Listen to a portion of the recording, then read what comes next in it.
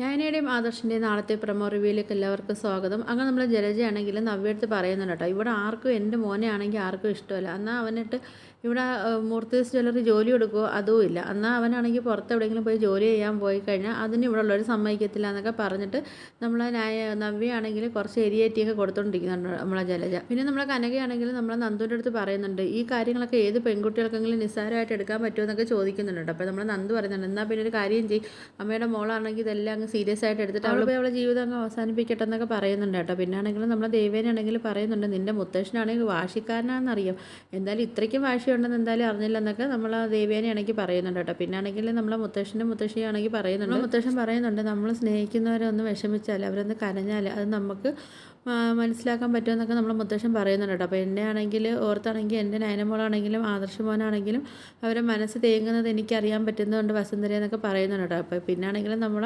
നയനയാണെങ്കിൽ കാണിക്കുന്നതും നയനയാണെങ്കിൽ ഇങ്ങനെ വിഷമിച്ചിരിക്കുന്നതൊക്കെ കാണിക്കുന്നത്. അപ്പോൾ ഇതൊക്കെയാണ് പ്രൊമോ റിവ്യൂ ആയിട്ടൊക്കെ കാണിച്ചിരിക്കുന്നത്. അപ്പോൾ നിങ്ങൾക്ക് എൻ്റെ വീഡിയോസൊക്കെ ഇഷ്ടപ്പെടുകയാണെങ്കിൽ ഒന്ന് ലൈക്ക് ചെയ്ത് ഷെയർ ചെയ്ത് സബ്സ്ക്രൈബ് ചെയ്ത് ബെല്ലൈക്കൻ എനേബിൾ ചെയ്തൊന്ന് ഹൈപ്പ് ചെയ്തൊന്ന് സപ്പോർട്ട് ചെയ്യണേ.